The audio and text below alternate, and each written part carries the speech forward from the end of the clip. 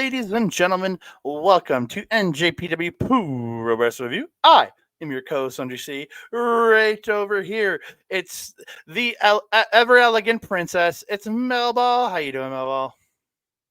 Ever elegant, yes, she's coming at you fresh faced, wearing her chillax and some virus shirt. There She's you go. tired. Yeah. Yeah, it was a leg day today. Mm.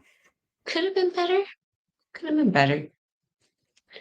It was a band day today though, so how really good can they be when you're just sitting there playing with a giant elastic band? How are you doing, my friend?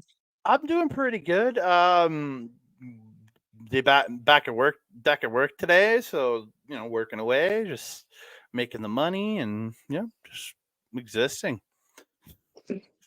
Working Well, that's on good. working on projects for our shows, trying to figure out some copyright free music to make a proper video for Dream Review Marigold, and getting some moves for move We're videos and getting on it, stuff. yeah. Yeah, I'm working on it. I'm working on it. You approve the music, so that's the first step. Yes. Yes, it is. Yeah, One small step for man, one giant leap for Melball. that's right. But we're not here to talk about that stuff. We're here to talk about some new Japan Pro Wrestling Best of the Super Juniors, nights 7 and 8 from May 21st and 22nd. Uh, before we get to that, I want to thank everybody that's tuning in or listening to us. We really do appreciate you joining us. If you are listening in audio form on Sunday night's main event, thank you so very much. And if you want to, go over to SundayNightsMainEvent.com, hit that RSS feed to get us in your podcast catcher of choice. Please like the podcast, give us a 5-star review. We'd really appreciate that. And also, don't forget, you can support them on Patreon at patreon.com/SNME radio for only $4 American per month. Whether you're watching us on Andre and Melville Wrestling Talk or on Backbreaker Video, thank you so much for tuning in. Please like the video, subscribe to the channel, comment down below. Please share us out to all your friends, family, and all the fun little people who like to run through places that they really shouldn't. And don't forget to hit the notification bell so you can be alerted every time we drop a new video. Ding dong. Who, Hello. who's running through where with what? I'm just making stuff up at this point. Oh oh, dear. Oh dear. oh dear. Here I thought you were making reference to the video that I posted the other day, the memory of me running into a dark parkade. Oh, that's such a good video, but that you technically can run into that where you should not like you shouldn't be running into there, but I'm afraid of the dark. It was the stupidest thing I could have done. oh, very much so. Very much so. So we're gonna get into. We're gonna talk some best of the Super Juniors, December 7 and 8 for March 21st and 22nd. We're kicking it off with my pick. Oh, I don't even have my notes up. There we are. We're kicking it off with my pick. It is TJP versus Kosei Fujita. You're gonna see a theme with me and Melball on our picks on this show. Yeah, we Yeah. both have a theme to our picks. Yeah. Yeah. Robbie Eagles at ringside with Kosei Fujita on this show. Good back and forth early on. TJP gets a bow and arrow, but Fujita like transitions into an armbar, but TJP works into a single leg crab. But Fujita gets roped. Just the dynamics of those guys working through the submissions was so good. I agree. Yeah, it's a lot of good technical stuff in this. I found TJP got to work more of his his mat wrestling style in this match, which we don't always get to see from TJP because he's a special person to really be able to go toe to toe with TJP in a technical department, and that Kosei Fujita is really learning his game, man. Spots where they're trading submissions. Fujita gets a monkey flip, and then TJP gets a monkey flip. Fujita gets a hoverboard lock or the Kimura, whatever you want to call it. But TJP slips out and gets the Boston Crab and turns it into an inverted dingle. And like The dingle dangle we usually do is usually a Billy Goat's Curse lift, but he does the Boston Crab lift, and he starts dingle dangling, but then he tries to go transition into the Pinoy stretch, but Fujita does get to the ropes. Fujita hitting this beautiful kick out of nowhere, hits this hard shot on the apron, then hits a springboard drop kick for 2, follows it up with this harsh looking PK for 2. TJP gets out of a sleeper hold from Fujita. They trade super kicks. TJP gets the Taz capture suplex, which I was like, oh, I haven't seen that in a while. Fujita catches TJP going for his knee and pops him up into going for the running knee, and he pops him up into a German for 2. Fujita tries to go for the STF, but TJP gets out. Fujita gets the victory roll for 2, but TJP reverses that victory roll into the Pinoy stretch, and Fujita is forced to tap out. I thought just the back and forth of these guys in this match was absolutely incredible. 100%, 100%. Yeah, I felt like TJP was putting Fujita through school on this one. It was like it was like Fujita saying, "Look what I learned," and TJP saying, "Did you know?" It was such a technically great match. I absolutely loved it. Yeah, I also called it the Kimura lock. I'm glad that's what it's called. Mm-hmm. Fujita catching TJP in that, and then him walking through into the Boston Crab and Dingle Dangle was just so cool. I popped so much. I was very excited to see that. It's one of my favorite things that people could do. I don't know why more people don't do it. Anyway, yeah, I felt this was a great show off for Fujita, but I also felt this was a great redemption for TJP, the beginning of the redemption. Hope, hope this carries through for him, because it's really cool to see him kind of reinvigorated again after this match. Yeah, again, it's nice to see TJP getting, like, he took 4 straight losses, and now he's really coming into this and fighting back with these wins. Again, he cannot lose if he even wants to be in contention at the end. He cannot lose. And we're seeing that kind of almost stoic kind of TJP, much like Yoshinobu Kanemaru kind of doesn't lose his cool. That's kind of like what we're starting to really see with TJP. He's very focused, very driven. I'm very excited to see the rest of his tournament for sure. Oh, 100%. I am really excited for that, because I think whatever comes of this, like, I think TJP has, losing in the first part is really come out and showing how good he truly is. Dude, this guy could sneak into the semifinals. It's very possible, depending on how it all lays out in the end. Hey, I mean, if I gotta take the loss that Robbie Eagles doesn't make it in place of TJP, I'll take it. Oh, 100%. If Drilla can't win, I want TJP to win this tournament, because, like, Hell yeah.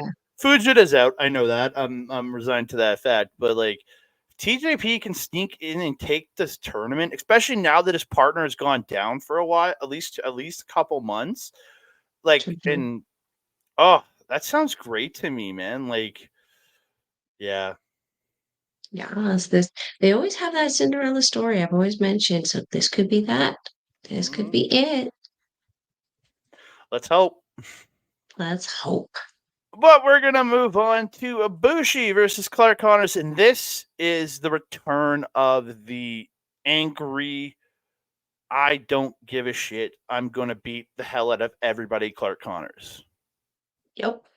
Yeah, no more face Connors that we were seeing in the first couple nights. Nay. This is 100 proof. Yeah. Clark Connors. Yeah, he's back to his old ways, which it's not a bad thing. The end of this match, Connors gores Bushi when he's running, but he only gets 2. Bushi reverses no chaser into a backslide, but Connors ends up rolling through and out of the pin, hits a beautiful Jeep flip, follows it up no chaser, and he gets the win. Post match, he tries to tear at the mask, but the Young Lions stop him. Connors gets in the face of this fan in the crowd that has a mask, and he's like getting mad at him for having a mask. He takes his LA Dojo shirt and spits on it and like throws it on the ground and stomps on it. It was great. Yeah. I'm very much happy to see this version of Clark Connors really taking center stage again. Because the Mm, facey stuff was weird. It was uncharacteristic of what we've come to expect of him. And then I like this. It's like a switch has been flipped for him. He's now a little bit more determined, and that excites me. Yeah, 4 Bushis I saw. yeah, 4. Wow, that's a 4. lot of Bushis. That is a lot of Bushis. I don't have anything to add to this. I didn't take a whole lot of notes. I just kind of sadly watched Bushi get obliterated. Yeah, he had some really good offense in this one, but like Connors Always. just was just such a beast in this, man. Yeah. Yeah, like his topes are always a treat to see. He always usually gets this tope. Mm. The Which Busharoni is hit or miss. yeah. So we move on to what was one of Mel's 2 choices on this show, but she chose to go with another.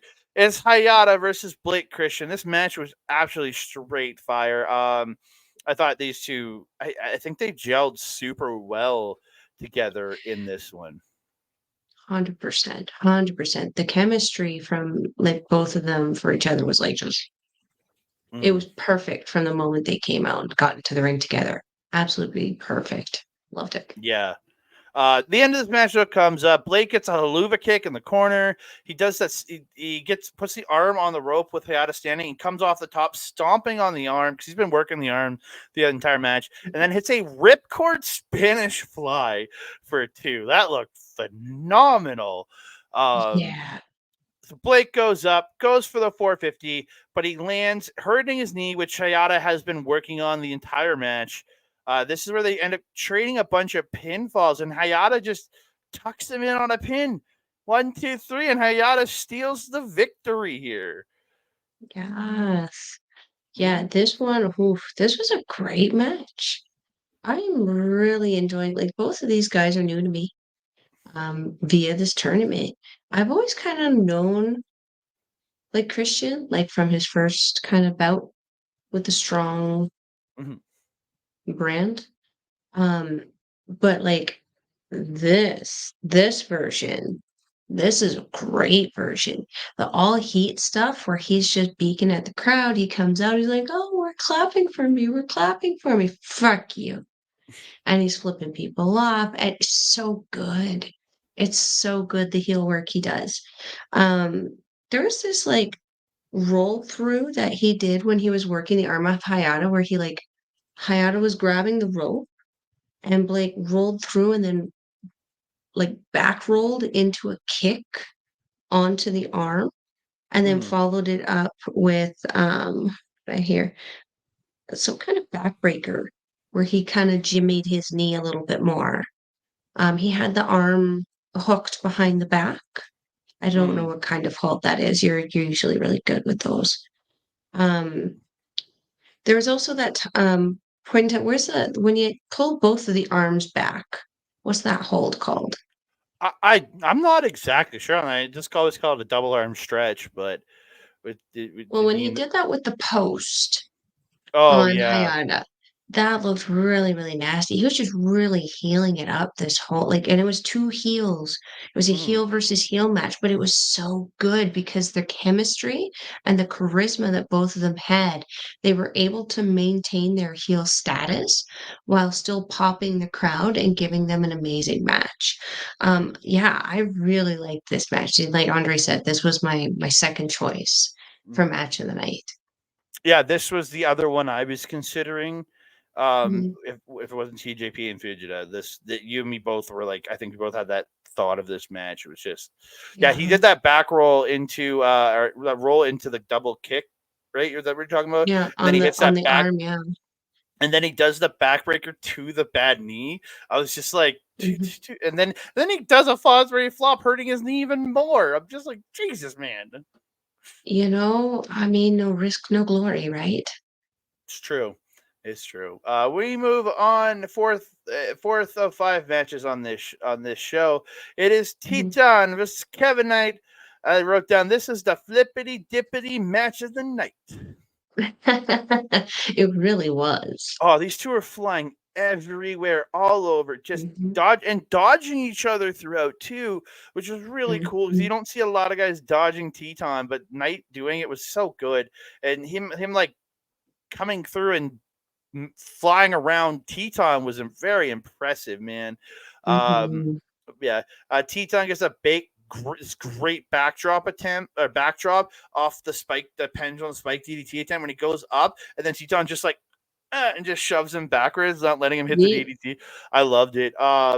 Knight hops over Teton at one point, hits a beautiful Pele kick, puts him up top, and hits a top rope Rana for 2. But then Teton comes back, tornado DDT, hits a super kick.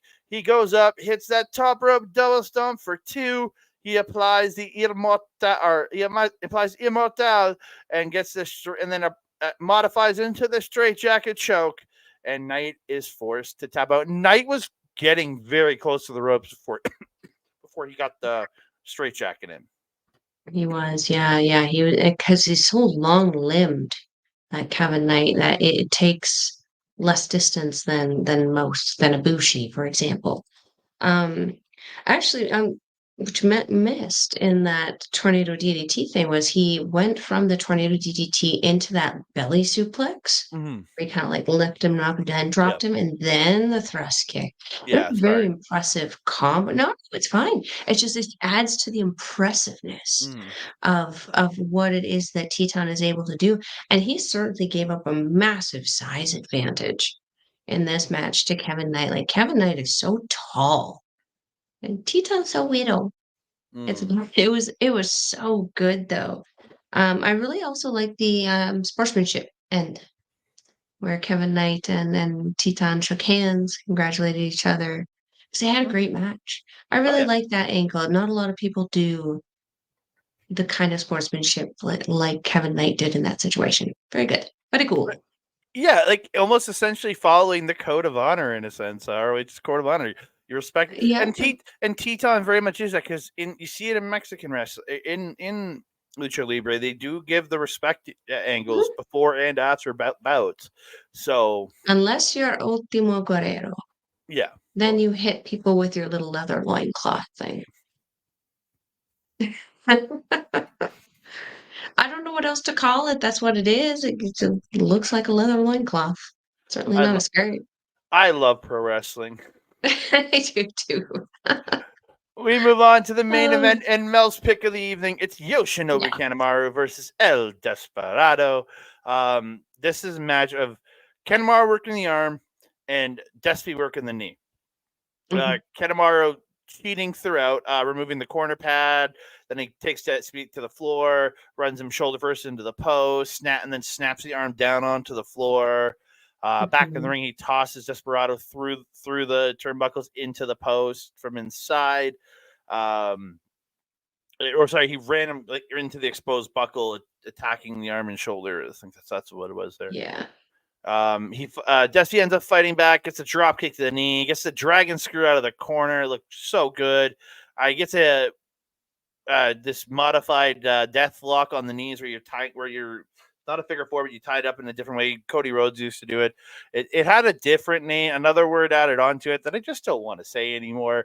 But he gets a death lock onto the legs, and then and gets a modified calf slicer, which looked really cool. I don't know if it was a calf slicer exactly, but it was like a modified version. It looked really cool.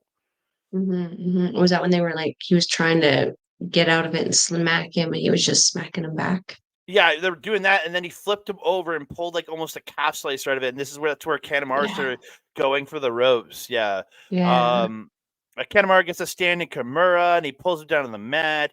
But Desperado does get to the ropes. Later in the match, Kanemaru gets the deep impact DDT off of the second rope. But he only gets a 2 Mhm, count out of that. Kanemaru grabs the ref as Desperado gets a hold of him. And then he ends up sending Desperado into the ref. Um, then he sends Desperado into the exposed corner. He takes a shot of the Santori surprise, but Desperado stops it, punches him, he sprays it up into the air with a just hard elbow, and but Kane ends up fighting back and gets a jackknife pin for 2. Desperado comes back, double underhook spinebuster, and follows it up with Pinche Loco, and Desperado defeats his mentor Yoshinobu Kanemaru. And like not only mentor, but like friends, Mm-hmm. comrades in Suzuki-gun, former IWGP Junior Tag Team champions. Mm-hmm. Who knows each other better than these two men? This match was so like Yoshinobu Kanemaru, as we mentioned, or like I'd mentioned, the stoicness, the focus that he has when he is in ring, it's not broken. We saw it break several times throughout this match with Desperado. Um, but to start, he looked fresh to death. Kanemaru, new. Like I don't know if the gear was new, but it looked great. The boots were, I think, new. They looked really, really nice, really fresh. The leather jacket is really cool.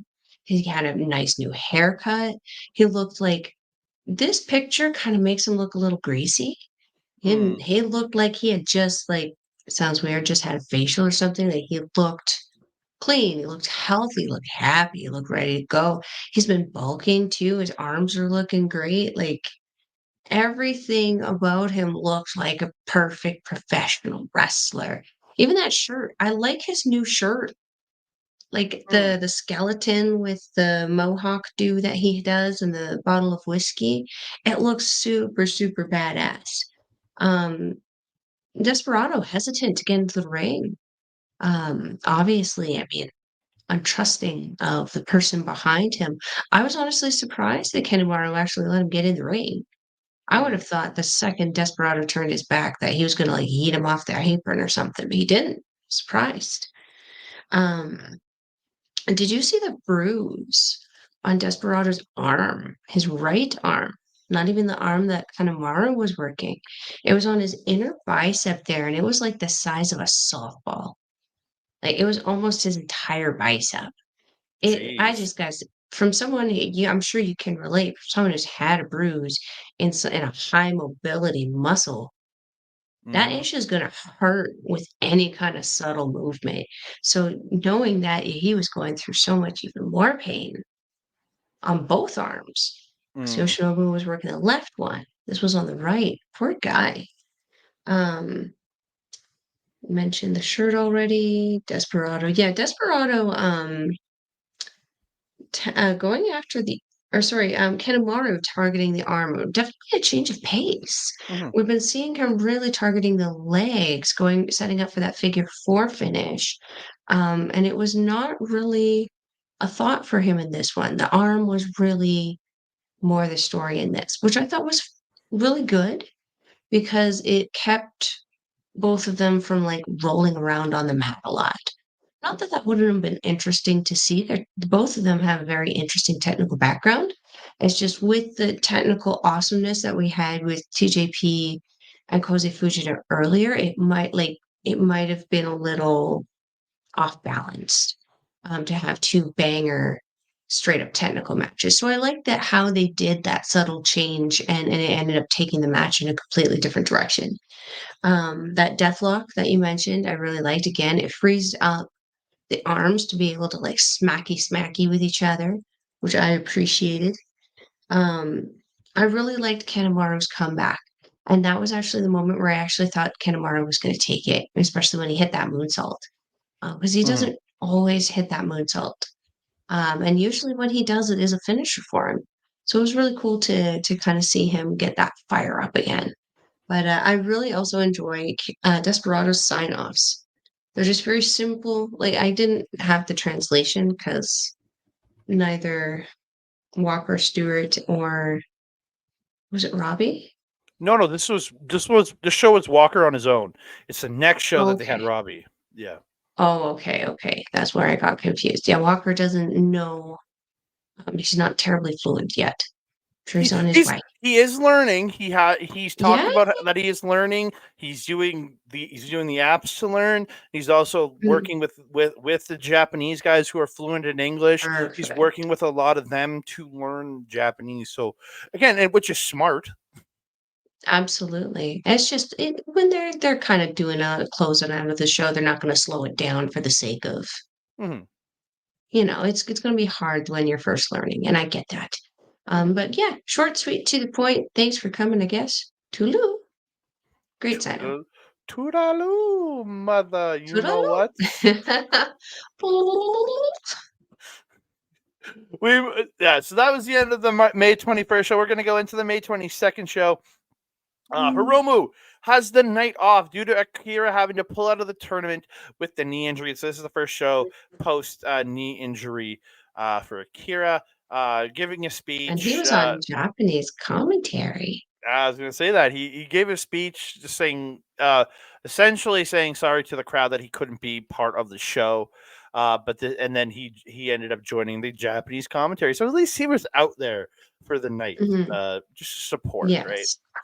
So we kick He it always off. does that. We saw that also when he had his bicep injury and he was getting ready for that potential comeback where he was coming down and wiping down the ring because this was in a time post-COVID. Or he was Mhm. coming down and working with the cameras and being a cameraman, doing lots of commentary. Like, I love how dedicated he is and how passionate he is about what it is that he does. Oh, 100%. And again, I think he's also smart in enjoying the commentary booth whenever he can, Mhm, because it could possibly give him a second life in professional wrestling, a la Milano Collection AT, who is the head commentator for the Japanese side. This maybe the more he does it, the more he gets used to it. Maybe once he's done with the ring, because again, he has had neck issues, and neck mhm, issues tend to flare up later. So he might have to step away at some point, and if he's been mhm. getting his reps in, he'll seamlessly move to commentary. Mhm, Yeah. mhm, I agree. He also looks hella funny.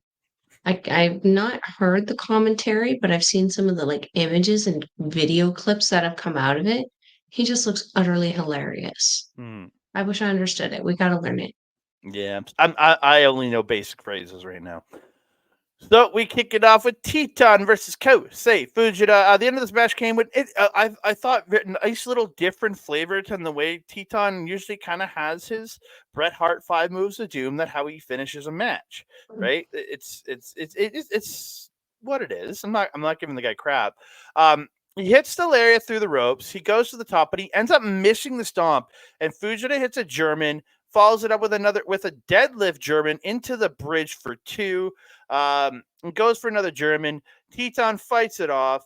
He gets a victory roll, and this is how he transitions into Immortal. Gets the straight jacket modifier, and he gets the win. and he had Fujita up in a good bend on that one. Fujita's Mm-hmm. very, very flexible. He was just his feet were kissing the back of his head, poor guy. Um, Mm-hmm. yeah, this was a great technical match for Teton.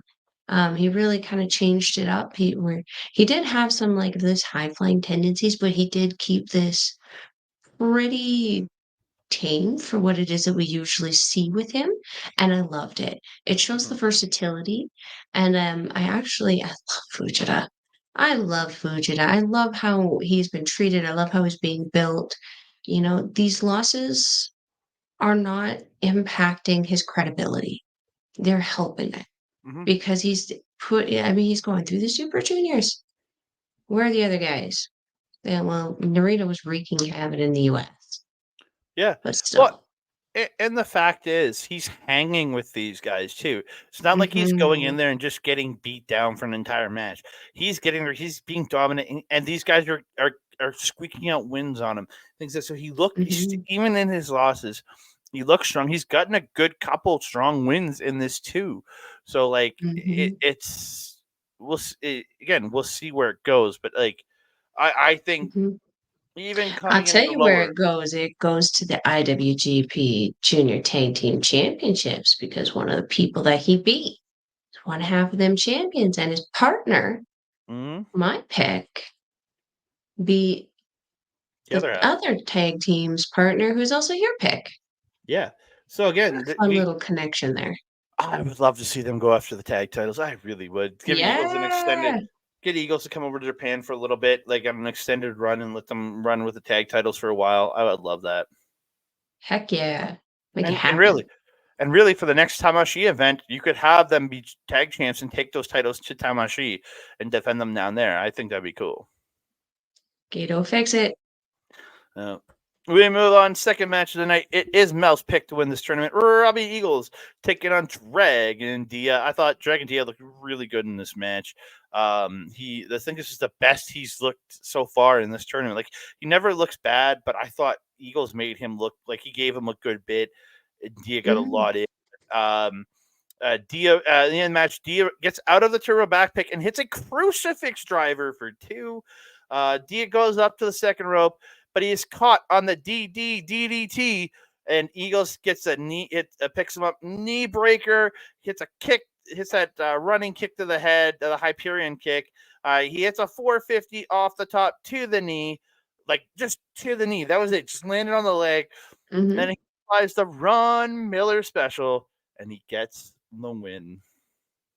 Yes, the 450 is a favorite of Eagles to set up that leg for that special. I love it. Yeah, I don't have a whole lot to add except for like Robbie, just as the smart wrestler he is, softening up the leg throughout the match to make sure it was ready for that special. Ron Miller, right? Yep. I always Ron forget Miller. the name of it. I don't even know why it's a Ron Miller special. I mean, I'm sure you can find out. Google. I'm literally doing that right now.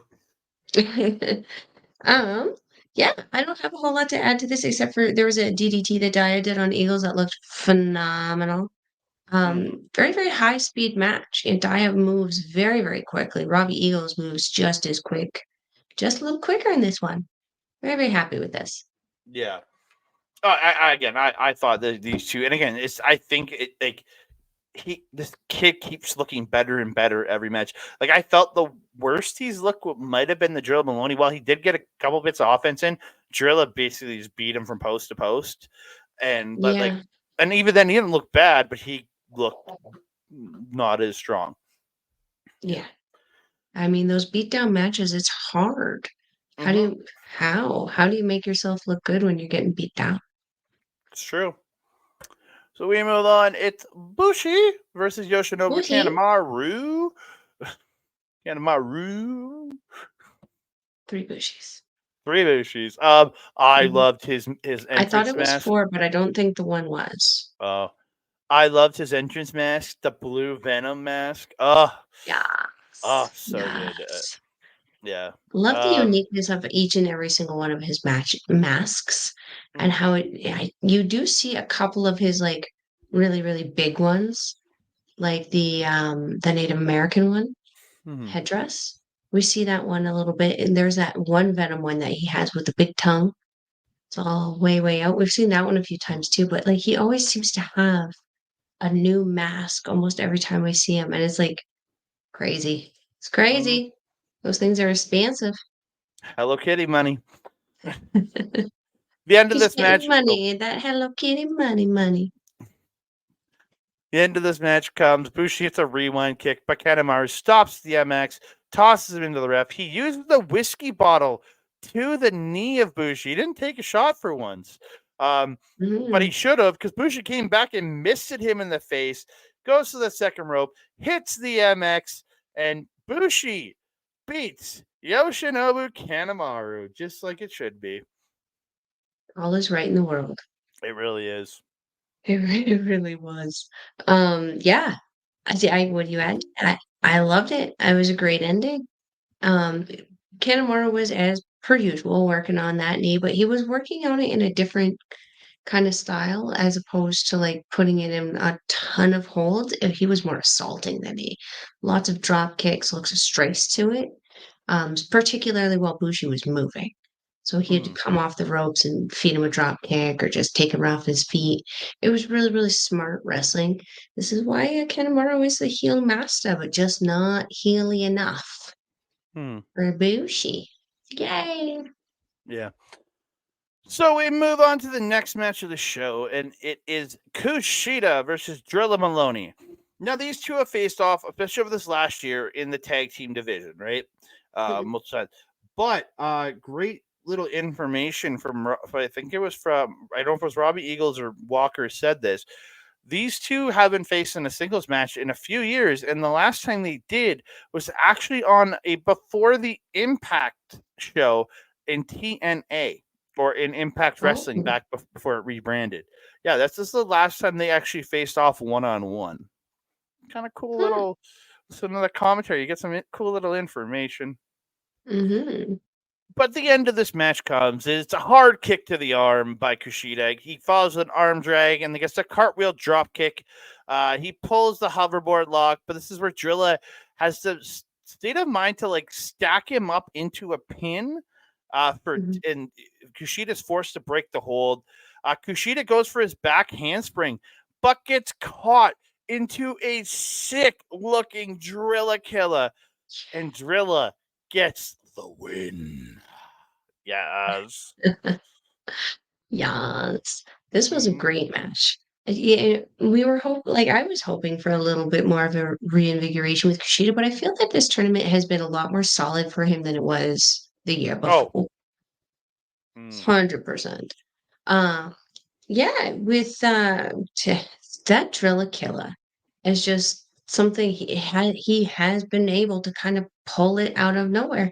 We have seen matches where him trying to set it up has caused him problems and that it's almost been detrimental to his performance. However, it seems that he has learned from those mistakes. And now we see him kind of destroying everything in his path. He's definitely a war dog. I'm Mm. excited. Good job, Drilla. Drilla. Drilla. So we move on to Hayata versus Kevin Knight.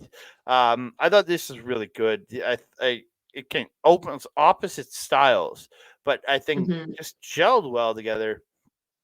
End of this match comes.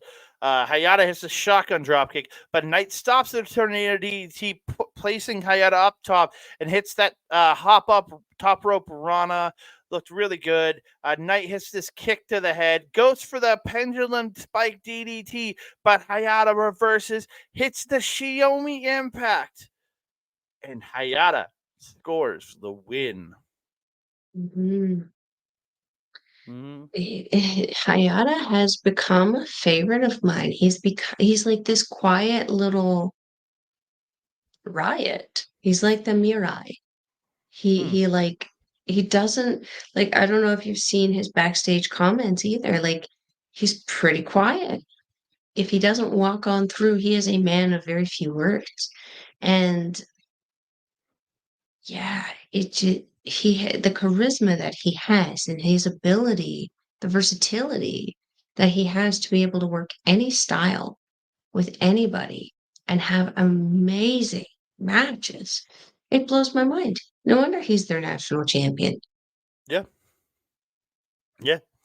Again, Yeah. insanely impressive these two working together, and Hada just keeps Hmm. impressing me every time. And I'm excited to go watch more of him after this tournament in that national heavyweight division that he's so clearly not one of them. But I mean, he won the title. yeah, we move on to Ninja Mech versus Taiji Ishimori. We haven't really broke down any Taiji Ishimori matches this tournament much. But I Mhm. love that he's now using the Rocky Maivia shoulder breaker. I love it every time I see it. Oh, is that the thing where he brings them down on the knee? Yeah, he's up on his shoulder, like up here, then he drops them down shoulder first to the knee. That's the old Rocky. Yeah. That was the Rock's finisher when he first debuted in the Oh, WWF. Yeah. oh, I didn't know that. Yeah, I like that as well. It's like something very unique that you don't see a lot of Mhm. people do, clearly. Yeah. The end of this match comes a tornado kick by Ninja Mac for 2. He goes to the top, misses the Ninja Mom or the Phoenix Splash if you're nasty, and Ishimori gets to the bone lock, then rolls through, picks him up, hits a bloody cross for the win. This one felt very authoritative from Ishimori. It was almost like a reminder of, hey, I'm here. Boom. Look what I can do. I just took out a ninja. Yeah, I don't have much to add to this one. I just kind of enjoyed it. I don't feel that it went very long. Very, very short. Yeah, no, it was actually it was only 7 minutes 23 seconds. It's not the shortest on the night, but it I wasn't just felt long. it. It Yeah, felt it, which was yeah. fine. It was actually, it wasn't one of those ones where it was like a flash in the pan kind of thing. I could have done with a little bit more, but I enjoyed it. Yeah. So, yeah, we're gonna move on. Are you good? We're good. Yeah, yeah.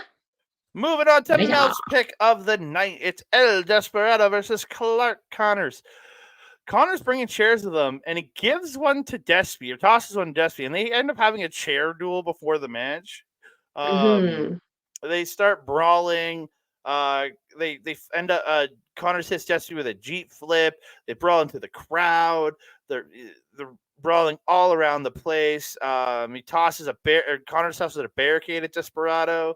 Desperado ends up slamming Connor's face into chairs. Connor slams Desperado's face off the timekeeper table. They go in and out. They just keep fighting on the floor. They're using weapons blatantly in front of the ref, or Connors is. Hmm.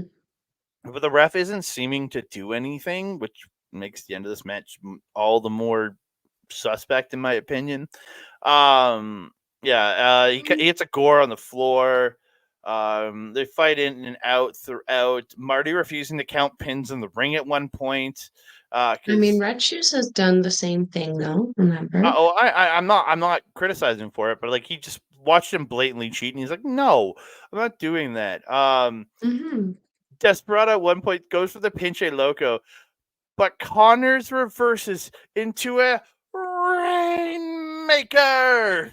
Right? What the fizzity was that? And they called it on commentary too. Then he follows up with Then he follows up with a gore and gets 2. But I was just like, what? Okay. Hmm. I liked it. Don't get me wrong. Connors this mounts Desperado beating on him. The ref's trying to pull him off. He's shoving the ref away. He hits a no Hmm. chaser, but he only gets 2. Um, so this is where he gets back on top. He's mounting, and then but this is where he actually full on just hits Marty, like full on like Hmm. punches him, setting him flying. And this is where the ref finally calls for the disqualification win. And I'm like, dude, you could have disqualified him like 2 minutes, like two He did minutes the into the 5. match. Like, Did the 5 count. He and he, gave him he had till 5. He counted okay, him till 5, and then he was like, "No, you're not going to listen to me. Ring the bell." but it didn't help that he literally punched Marty in the face, sending him Oh flying no, atop it all, and then got that was DQ'd. like the So third or fourth time it happened in the match. I mean, yeah. realistically, probably should have been done the first time, Well, but every other time he more or less shoved him. This time he full on mm, like hit him, like he full on like back yeah, fisted him, right? he needed So, him. I bet he's some Marty Asadi. oh yeah. Just So after drool. the match, man, holy crap, he's going insane. He gores Marty Asami, then he gores a Yeah, young lion. He hits a no Shoma, chaser to another young lion. He Shoma, has pardon. Shoma. Oh, Shoma, and then the other one. Um, Sorry, it was how do you say his name? I don't even remember his name. Murasashi? Murasashi? Yeah, that guy. He was the first one, and then Shomakato was the second. I just called them all young lions till they graduate, except for Bolton, because he's very different. Continue, continue. He then has the audacity to rip the mask off of Desperado. Like, Yeah. the camera did a great job of staying behind Desperado the entire time, though, so we never actually see his face, except for there was a slight glimpse at one point, but it was very quick move away. But Mhm. like, they did a great job, and he gets Desperado to the floor, takes a piece of table that he had put Desperado through earlier in the match, and just breaks it over his head. And then he Mm-hmm. takes Desperado's mask and leaves. Mm-hmm.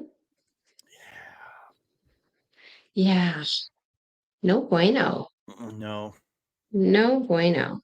Um, so let's see. It started with the gentleman's duel, as they were saying on commentary, with the chairs and into the crowd.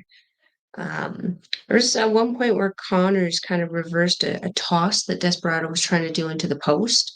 And just the way Desperado takes these bumps and sells, it looks so brutal, so bad. There was one point where they were pulling the mats up. It looked like they were gonna do suplexes or something to each other on them. Luckily, that was not the case, but Connors still hit like a body slam, they said on Desperado. Um, it wasn't on the plain floor, but those matting, I mean, the mats still look stiff. Don't Mm. lie. um, yeah, Connor's putting Desperado through the table with that power bomb. Holy heck, did that power bomb look assertive? Like he drove him right down on that. It was really cool. Um, Mm. this was the first time that Connor's got in Marty's face and started putting his hands on him because he refused to do the count. That was when Desperado made his big comeback. There was at one point where on the outside there, Desperado had the two chairs, and he pretty much did that solo concerto to Mm. Connors's face. What a delayed reaction on that. That was crazy because you see Connors take the hit and he kind of sits up shocked for a second. And then, like 3 or 4 seconds later, he suddenly starts losing his mind. I was like, whoa, that was a slow going, that one. Mm-hmm. For the better, though. I mean, could you imagine the flailing that would have ensued with a chair around his neck? Mm. What that probably would have hurt himself further. Um, the Rainmaker was pretty freaking solid. And like he pulled it off really, really good too. That was a great lariat. Mm-hmm. Right. Yeah, Marty getting shoved and shoved and shoved. Connor's getting himself disqualified and spearing Marty. Poor Shomakato. I Mm. hope he's getting like something for taking like the absolute beating of his life on this tour. So it seems like every single night except for the 20th, he was a weapon for somebody. Specifically, usually Connors. Well, he's getting valuable experience. Yeah, we can pass it off as that. I also don't like the unmasking. It's very Mm. disrespectful, and it sucked because all of the young lions were, indisposed. So there was no one to offer a shirt to Mm. to cover until Tai Chi was able to kind of mosey his way on over to check on his former stablemate. I appreciated that he did that. He didn't Yeah, have this. to do that. Yeah. He's not his faction anymore. Desperado was kind of like on his own, kind of doing his own thing. So yeah, it was nice to see Tai Chi go out there and check on him. Mm. Yeah, that's all I got to say on this one. This was a great match. It sucked that it was a DQ ending, but I feel like this was like the first kind of weird ending that we've had in this one. I mean, there's been a lot of weird endings. We're we're closing this one off with a weird ending, but Yeah, I feel but like it's this was it's like the one weird thing that happened kind of thing. Like there's always that weird catastrophe that happens in these tournaments. well, sometimes it's a time limit draw, which we Hmm. saw. That's the best thing I felt about the G1 last year is that it was 20-minute matches. So like we got a couple time limit draws there. This shows Hmm. this tournament is 30, but like um it's the first non submission or pin finisher we have gotten in this tournament. Hmm. Um so yeah, this is the first one. So the DQ has happened. When do we get a 30-minute match? That's the other question.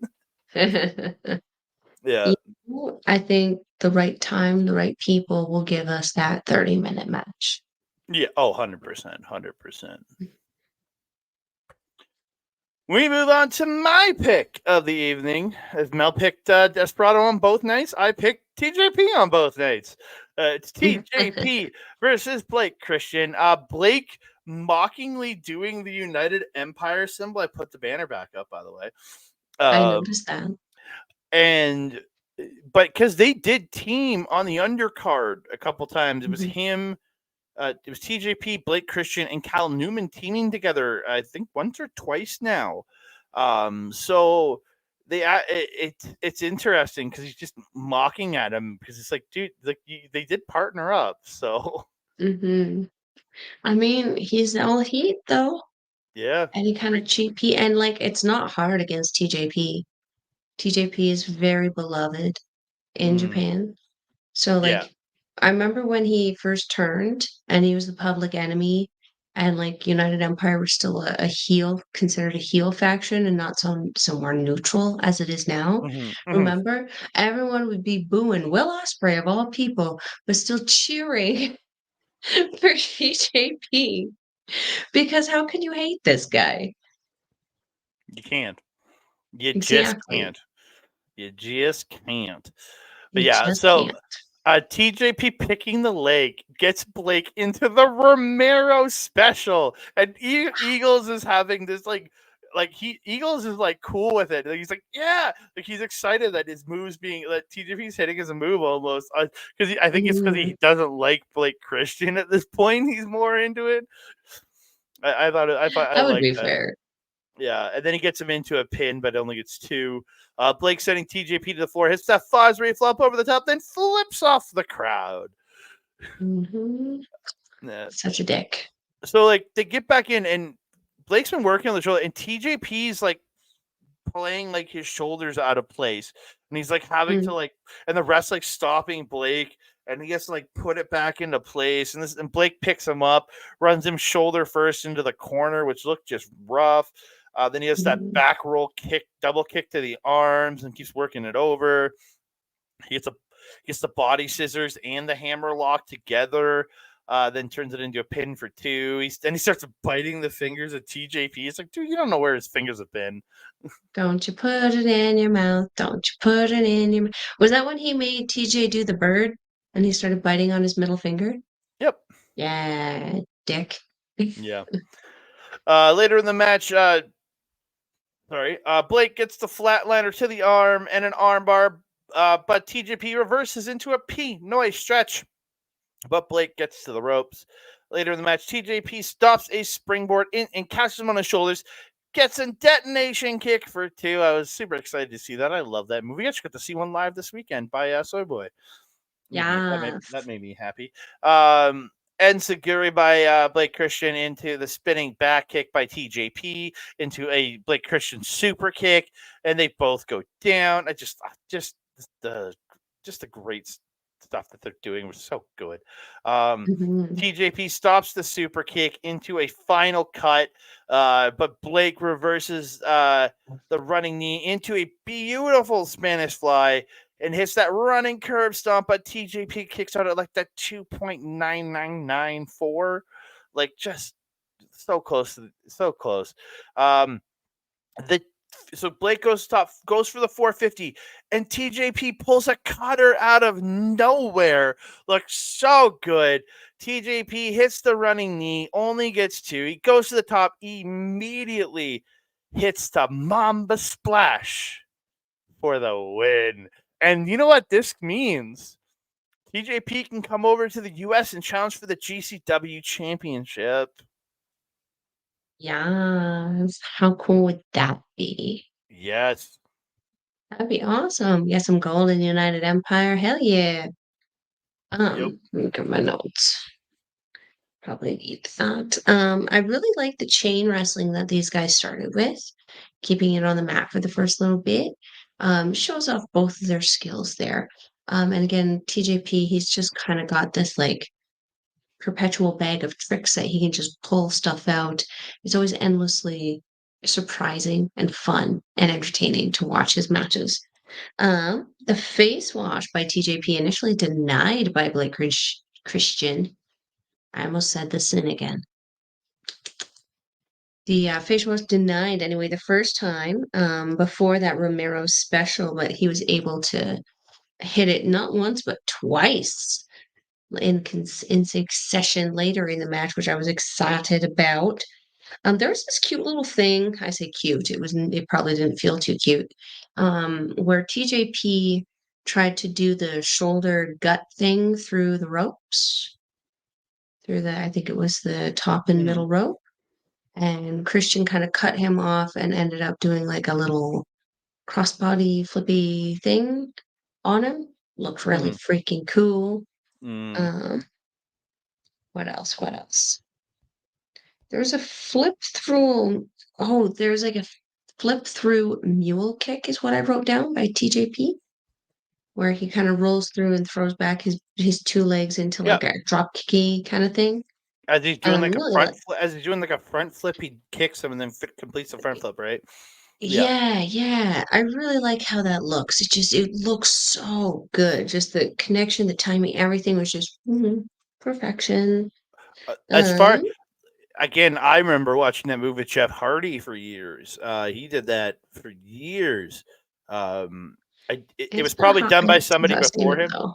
Yeah, it's probably done by somebody before him, but like TJP, I essentially feel like it was Jeff Hardy's, then it went to TJP, and I just love that move. So good. Very, very impressive. The Tornado DDT by TJP was amazing. And that he can just pop it real quick. It's one of his out of nowhere kind of moves. I really like that. Yeah. And then again, the face wash twice because the crowd asked for it. I think he seemed to be reacting to the crowd like he only seemed like he was going to do one. And then he was kind of like reacted to the crowd like, oh, okay, I'll do it a second time. And it was great. And yeah, I really, really enjoyed this match. I do agree that maybe TJP should challenge for that title. It would be a great opportunity and great exposure for both companies. I agree. So we go to our less than main event of the evening. Doki did as best of a job as he could, but Sho brings everything down. I'm sorry. Like they use a rolling trash bin at one point, like just twice in this match, and I'm just like, this match. There's a lot of cheating from Sho throughout. Yujiro rings the bell as Doki has the Doki Choki in. And Doki lets go, thinking he won, right? But Yujiro comes in, ends up Taichi comes in, but he hits Taichi with the stick. Yujiro misses Doki, gets sent out, but then Sho gets a low blow and schoolboy. This is where Sho runs Doki into the ref. He gets the wrench, but Doki comes back with the pipe. Yes. Oh, yes. I thought it was like, okay, good play there, good play. And he does get this pipe choke Widow's Peak in the match. I was like, oh, that was pretty good. Probably didn't feel good at all. No. Taichi Yujiro is back in the ring. Taichi comes in. Taichi kicks Yujiro in the balls and then follows it up with an axe bomber, and he drags Yujiro to the back. Yeah. Doki gets the daybreak, but Sho kicks out of that 2.9. Doki goes for suplex de la Luna, but Sho fights out of it. Sho kicks at the ribs, hits this punt kick to the ribs for 2.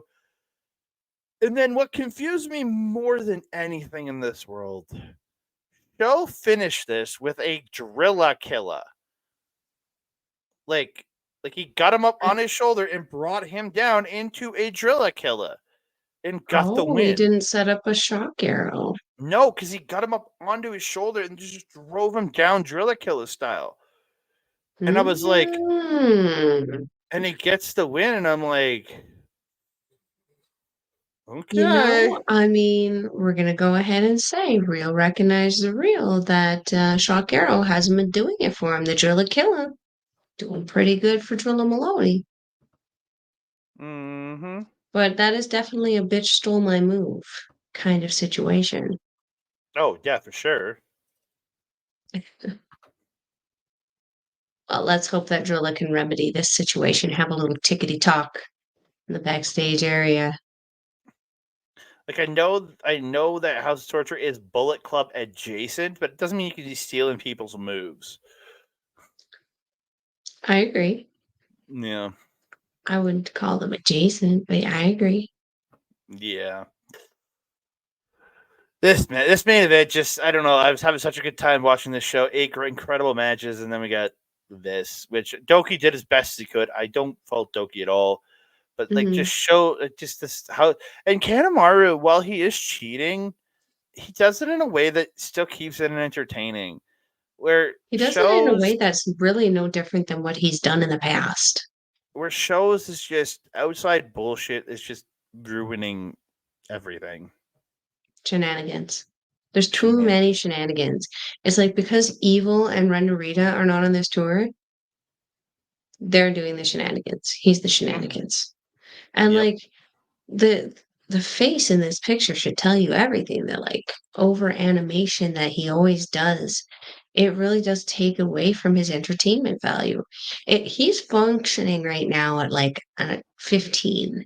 I need him to bring it down to a 9, and he would be absolutely perfect. But it's this overness that he keeps doing, the over animation, he's over trying. He's appearing to try hard to me, to be obnoxious. And it's working, but like I Mhm. feel like it's also taking away from the credibility of him as a wrestler, from Mhm. his title, which is what they're fighting for.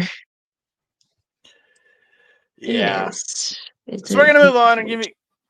we're gonna move on. We're gonna give you a points update before we get out of Mhm. here. So yeah, we're gonna start. I need to fix something here. Hold on. Do, do, do, do, Do, do, do, do, do, do, do, do. There we go. Fix it. Yeah. So we got the A block. Wait, did I have the wrong A block opened up right now? Shit. There we go. Now I got the right A block. I opened the wrong one. Um, Yay. so right now on top you have Desperado and Teton on top with 10 points apiece. Then you have Blake Christian, Clark Connors, and Hayata all with 8 points each. Then you have Kevin Knight, Bushi, and TJP all with 6 points, who are all still in contention. Because again, if they all three can win their final 3 matches, or their final matches. No, sorry, they only have fought 2 more. Yes, again, if they can It looks like win their final 2, and the leader there's only one person say that goes past 10, it could be a giant logjam for second place in the block. So again, like there's Mhm. still people are still alive. Like this many people still alive. There's only what Kosei Fujita and Yoshinobu Kanemaru that are technically mathematically eliminated. I don't think Knight, Bushi, or TJP are getting into the finals. I would love TJP to do it, but Mhm. it's still mathematically possible with tiebreakers for them to get there. Mhm. It So is true. yeah. It is true because if what TJP has to face Desperado. If Mm-hmm. he faces Desperado, Desperado can't really move forward unless he defeats Hayata. Mm-hmm. Again, there's Yeah. yeah, again, like yeah, TJP can play spoiler Desperado here, and then Mhm. and then like he has to get by and he can play spoiler to both Teton and Desperado. And if they both Mhm. stay at 10, he then has tiebreakers over both of them. So there is this last night kind of thing that these last couple nights are really going to play into, which I'm really looking forward to see this week. Mhm. As we're recording this, the first day is already done. The first Mhm. the show from the 26th is already done, and then there was a show also this morning on the 28th. So we'll be coming out with that in Ay, the ay, next few ay. days. But yeah, dude, I look forward to seeing how this tournament plays out. I really do. Mhm. Right. Yes. What? Yeah, because and then over in the B block, it is again still another very tight race. Like there are people eliminated because they get Dragon Dio with 0, Ninja Mac with 4, and Francesco Akira with 4 and he's out. They are all Mhm. mathematically eliminated from this tournament. But with Robbie Eagles on top with 10, and you have one Kushida, Hamaroma Takahashi, Doki, Taiji Ishimori, Drilla Maloney, and Sho. 6 people. Again, just like A Block. There again, and while the guys at 6 have a very unlikely chance in the A Block, everybody has an equal amount of shot at getting through to the finals, to being coming either first or second here. Like Robbie Eagles on top right Mhm. now doesn't really mean much because he's got his forfeit, which he's going to be off on one of the upcoming nights. There's still 3 B block shows to go. But he's only got 2 more to go. But like, just it's insanity, man. Just Mhm. how tight this final couple days are going to be with B block. It's crazy. Like, I have no idea. I have no idea with either block who's going to be there. Me neither. And that's what makes these tournaments so exciting because you always have one block that is like this, that is just so gloriously chaotic that there's no hope in heck of you predicting what the finals are going to look like at this point in the game. I love it. Mhm. Yeah, and we get the set because we're gonna find. I'm gonna pull it up here quickly. I'm not gonna look at any results or anything. That's not what I'm doing. Just look at the dates for days. So, like, okay, so you have we're you have the 26th and 28th still. Then you have the 31st and 30th and 31st. And then you Mhm. have the June 3rd show, which is the semifinals, which will be the people. So we're going to know this coming Friday who's in the finals, or who's in the semifinals. And then the finals are on the 3rd of June. And then you have Dominion on the 9th of June, which the Super Juniors finals is going to be the main event of that show. It has been stated it will be the main event. It will be the last match on the show. Like Mm, over top the world heavyweight title. Yeah, exciting. yeah. Exciting. There's been years in the past where by this point it's down to like 4 guys in each block. But Mhm. then the way they did this year, and I absolutely love it, man. Yes, yes. The way it's all setting up, it's still very exciting so late in the tournament. And like unlike last year where we had a few shows that were just kind of like eh, where we actually had difficulties trying to pick favorite matches because the shows were just kind of a little underwhelming. Mhm. This year they have stepped up their game. We're excited. We're excited to be seeing these matches, except for show. Mm. Um, But yeah, otherwise this tournament has been super exciting and super fun to watch. And then has it introduced us to these new talents like Hayata, like Blake Christian, like Ninja Mac, like Dragon Daya is so great. So great. Yeah. Again, been an absolutely incredible tournament. And I honestly, this is the best Super Juniors I've watched in a bunch of years. Mhm. And again, I agree. after if Hiroma goes and wins his 5th this year, I'm not going to be mad because this entire tournament has been so good. Do I see him winning? Mhm. I doubt it because I don't think they're going to give it to him for a 5th time already. But you never know. I don't know. I don't know. We'll have to see because like who are his last two people? Robbie Eagles and who? I What do don't you mean? remember. What? Like, who are the last two people that Hiroma faces? Robbie Eagles and Roma Takahashi still has Eagles, Ishimori, and Maloney. oh no, Yeah, you know he's going to play oh spoiler to at no. least one of those guys in the run for the Mm-hmm. final. So, but Right. yeah, Maloney still has 3. Matt Maloney still got 3 because he actually he beat Akira early on, or he beat Akira to Mhm. send him out of the tournament.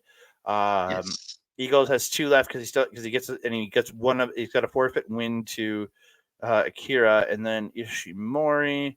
Ishimori still has 3 to go, but he actually lost to Akira in Right. Yeah. his run. So like Yeah, because Mhm. he's still got Hiromu, Ishimori. So it's Okay, Hiromu, cool.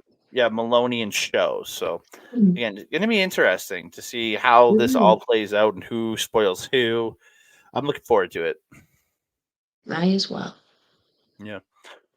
But it's time for us to get out of here. We're an hour and 10 minutes into this thing. It's time to go home. You can find me on the X at That Canada Guy, TikTok, Instagram, and Threads at That Canada Dude. You can find me on Facebook at Andre M. Melball Wrestling Talk. You can also find us over at Sunday Nights SundayNightsMainEvent.com in audio form. I want to thank them for being good partners to us and putting all our shows up over there. Check them out at SundayNightsMainEvent.com. Hit that RSS feed, put it into your podcast catcher of choice. If you want some shows with no ads and extra content, go to patreon.com/SNME radio for only $4 American per month. You can get all that content over there. I want to give a shout out to our friends over at our local establishment. As this comes out on Wednesday morning, I will be over there on Wednesday night talking Marvel with my other tag team partner, Ol Ed, doing Marvel Talk, talking about doing MCU Rebound on Marvel Talk, talking Thor the Dark World. So check them out at twitch.tv/ our local establishment. Also on YouTube at youtube.com/ at our local establishment. We'll be on there 8 p.m. Mountain Standard Time, 10 p.m. Eastern on Wednesday night, and we'll be replays going up on the channels. I want to give one more big shout out to our boy Mike the Ref over at Backbreaker Video for simulcasting all of our content. If you want to see him live, though, go to his Twitch at twitch.tv/Mike the Ref. You can see his AEW watch alongs every Wednesday, Saturday, and pay per view Sunday. You can also find him, or you can also find him playing video games the rest of the week. And if you want to see replays of his gaming content, go to youtube.com/at backbreaker_gaming, where you can find content from him, Mr. PJC, Mr. Rick Jules right there, and their freaking guest, Kayla J. Kayla J. Kayla J. Kayla J. Kayla J. We love Kayla J here. Yes, we do. Melball, where can they find Mhm. you? If you're wanting to follow on Melball, you can find her on the X thing at Collins Melball. You can find her on everything else: Facebook, Instagram, TikTok, Mastodon, and Blue Sky at Melball Collins. You can also find me on our local establishment's programming Japanese Wrestling Update with this guy at our local establishment at 8 p.m. Mountain Time, unless it's not. And then we'll let you know. We usually do live shows, but this Friday will be a pre-recorded show because we will be attending the LPW show where we'll be seeing the original Senior Fringe, unless he's not wearing fringe, Rice Isaacs, as well as who? We have Bussy, Bussy will be there. It's Effie and I just met her. Why is my brain not working? I'm the tired. pretty one Uh, who's going to be in the scramble. and then Alexa. I was trying to think of Effie's partner, but yes, I Alexia got Nicole from the Ontario independent wrestling scene will be joining us in the scramble match, and I'm so excited to see her again. Well, to see her wrestle for the first time and to get to meet her again. you. Alley Catch is who you were thinking of, sir. I just That's noticed we right. have our Chop Talk logo open. Oh, I've had the Trop Talk thing on this whole time. I'm bad at my job.